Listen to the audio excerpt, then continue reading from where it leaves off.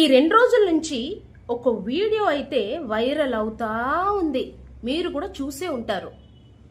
పాలకోవా తీసుకోవా అంటూ ఒక బండి వస్తూ ఉంటుంది. బండి లోపల పాలకోవా అటు ఇటు లైట్గా ఇట్లా వేసి ఇస్తూ ఉంటారు కదా.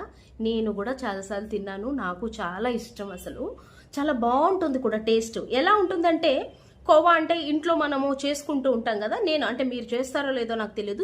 చేసే వాళ్ళు ఎవరైనా ఉంటే కమెంట్ చేయండి. నేను అప్పుడప్పుడు చేస్తూ ఉంటాను.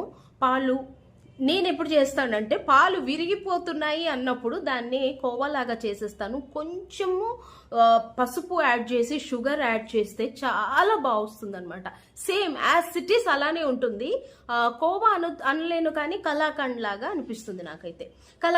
కలాకండ్ అనాలి. సో అతను ఒక బండి మీద వస్తూ ఉంటే ఒక ఆవిడ పట్టుకుందండి.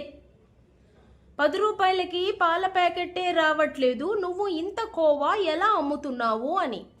నిజమే కదా బ్రదర్, నువ్వు చేసింది చాలా తప్పు. 10 రూపాయలకి ఇంత కోవా నువ్వు బ్రెడ్లో పూసి ఇవ్వడం చాలా తప్పు.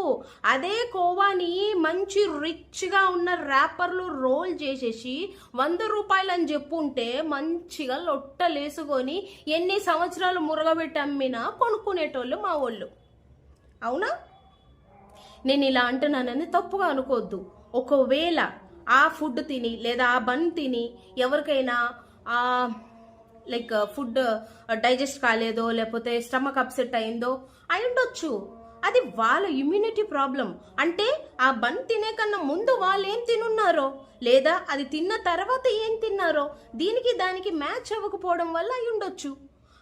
అసలు వాళ్ళు కొన్ని సంవత్సరాల నుంచి అమ్ముతుండడం మనం చూస్తున్నాం. సిటీలో చాలా చాలా చోట్ల తిరుగుతా అమ్ముతూ ఉన్నారు. మనం చాలాసార్లు చూసాము.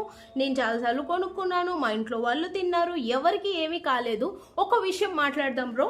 మీరు నిలదీయడంలో తప్పులేదు. మీ ఎవరికో ఒకరికి ప్రాబ్లం అయి ఉంటేనే నిలదీస్తుంటారు, కాదని లేదు. బట్ ఎన్ని స్వీట్ షాప్స్లో వెళ్ళినప్పుడు లేదా చిప్స్ షాప్స్లో వెళ్ళినప్పుడు చిప్స్ ప్యాకెట్ విప్పంగానే నాకైతే జిడ్డు వాసన చాలా సార్లు వచ్చింది. మనం వెళ్ళి ఆ చిప్స్ షాప్లో ఇలాగే నిలదీసామా?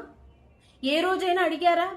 పెద్ద రిచ్ స్వీట్ షాప్స్లో ఒక్క లడ్డు కొంటే ఒక 25 రూపాయలు ఉంటుంది. ఒకటే లడ్డు 25 రూపీస్ లేదా 30 రూపీస్ ఇలా ఉంటాయి కదా. అలాంటి దగ్గర వెళ్ళిన తర్వాత కూడా అది అంత ఫ్రెష్గా ఉందా? అంటే పెద్ద పెద్ద అద్దాల షాపుల్లో ఉంటేనేమో ఎక్కువ కాస్ట్ ఉంటేనేమో మంచిది, తక్కువ కాస్ట్ ఉంటే మంచిది కాదా? ఒర్రే, ఈ లాజిక్ మిస్ అయ్యాడే అన్నా. పాపం అతన్ని పట్టుకొని నించోబెట్టి గుట్టకలే ఎయ్యలేకపోతూ ఉంటే నించోబెట్టి అతనితో తినిపి